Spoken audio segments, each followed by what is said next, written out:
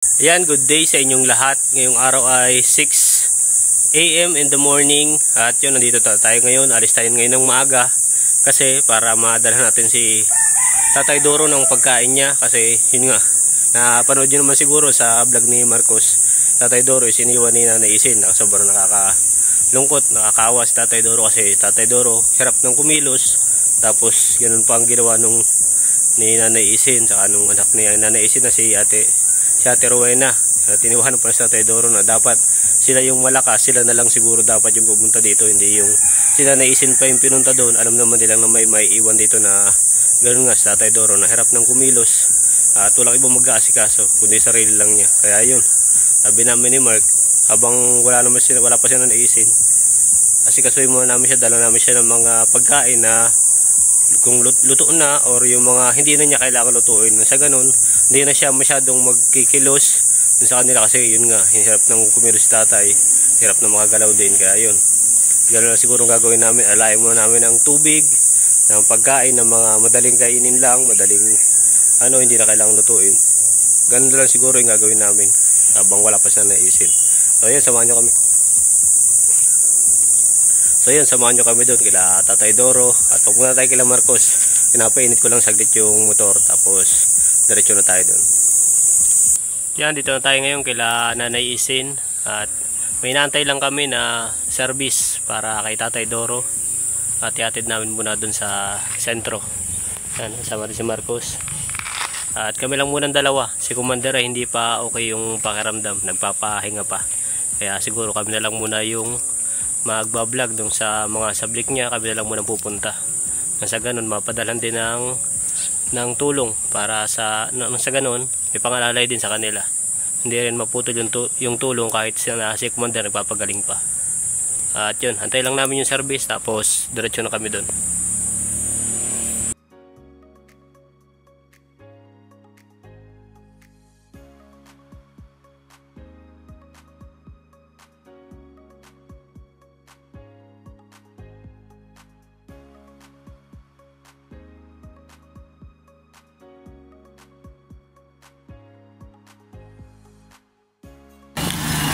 At yan, kakatapos lang namin ditong kumain sa isang kainan dito sa may malapit sa plaza. Yan, bagong bukas lang to sa mga gusto pumunta dito.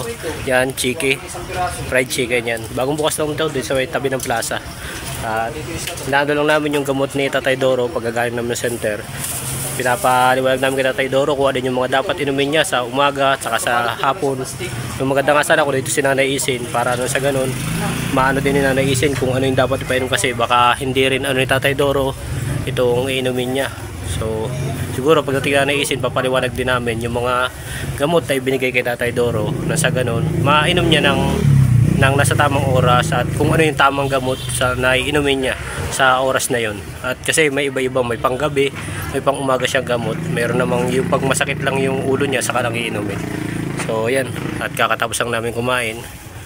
At yun, hatid lang na si Tatay Doro, tapos diretso naman kami sa beneficiary ni Commander. At yun, wala na, si Commander nandun pa, nagpapahinga pa. Kakarting natin dito sa may kila Marcos, bali alas 12 na ng tanghali. So kakauwi lang namin, sobrang init, grabe.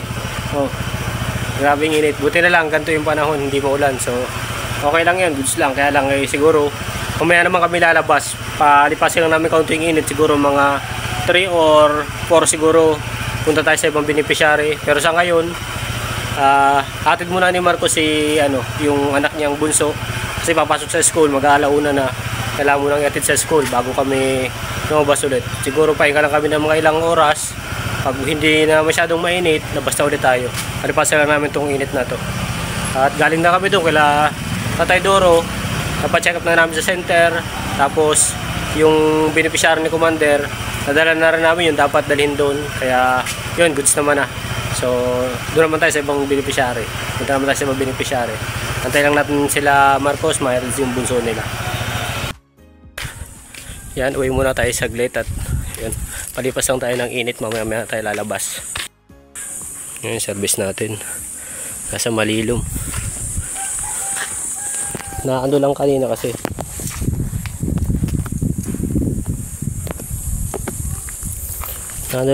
naputol yung ano natin. yung sa service natin. Yan, putol. Papa-welding ko na lang yung pagka ano. May tropa naman tayo nagwe-welding. Naputol siya siguro. Pagkarga nung nakaraan niya ng bigas. Tsaka nung iba pa nating dala. Medyo malambot kasi. So, pa-welding na lang natin. Punta muna ako sa bahay. Yan, dito tayo ngayon sa bahay. At kanina habang nagdadrive ako, may napansin ako. Sabi ko, bakit parang angkatin nung binti ko? Kaya chinek ko, ito yung nakita ko. Yun, ang daming ano, nakadikit. Sabi ko, ano ito? Ang tawag sa amin ito ay ano, amorsiko. Yan, tanggalin muna natin at angkat eh. Mga sa damo yata ito nakuha dun sa dinaanan namin papunta kila Tatay Doro. Grabe, kaya pala angkat eh, sabi ko. Ngayon ko lang napansin na pauwi na kami. Hindi ko na ano kasi sobrang busy kami kanina. Yan.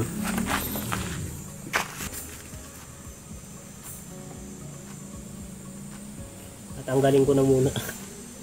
Si angkat eh.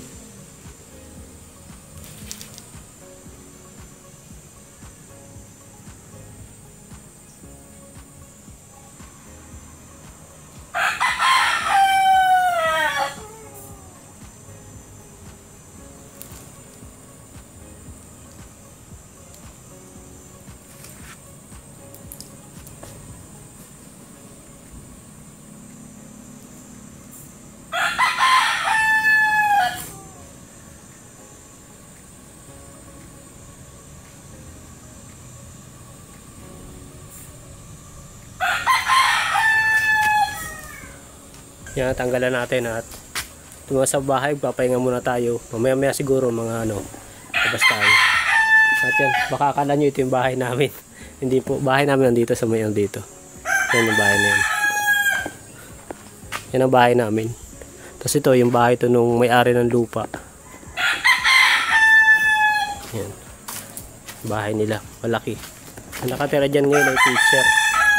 Bali wala dyan yung may-ari at nasa bahay nila sa Maynila yata. So, ang nakatira dyan ngayon ay si mga teacher. Nag-uupa dyan. Yan. Tayo dito muna tayo sa bahay. Titingin lang ako ng pwedeng makain. Baka may mga bunga pa yung ano dito. Mangga, santol, o kaya kung anong pwede makuha dito. Kaso parang wala. Pero may nakita ko dito kayo ng ano, guyabano. Yan, kuha tayo ng guyabano sa likod. Tingnan natin. May daan niya pa dito. Daan tayo sa likod. Yan. So, medyo madumi lang dito.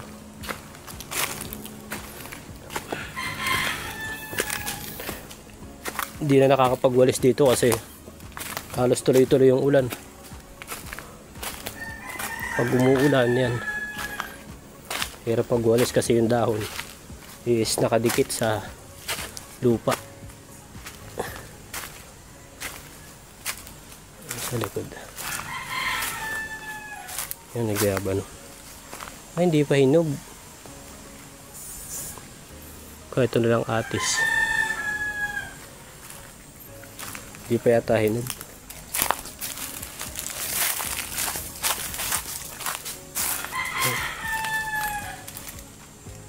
Hindi pa siya hinog. Kala ko hinog na. Wala pala tayong makukuha dito. Ito, kalamansi. Yung kalamansi may bunga. Kasi hindi naman tayo kakain yan. Yung mangga wala na rin yatang bunga. Taglipas na po kasi yung bunga ng mangga. Hindi na ngayon tagmangga. Kaya medyo wala ng bunga.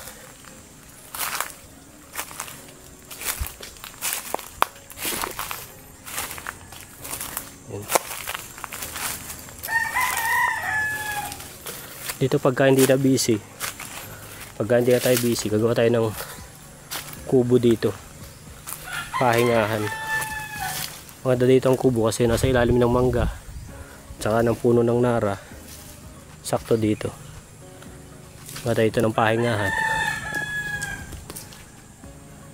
Yan. Wala tayong makuha ngayon, so yan, papahinga lang muna siguro tayo at mamaya labas na rin naman tayo, siguro mga anong oras na ba? Alauna pa lang, so mga alas 3 siguro labas na ulit kami, area ulit kami sa mga beneficiary. So yun, kita-kita lang ulit mamaya or bukas sa mga susunod na magiging vlog natin.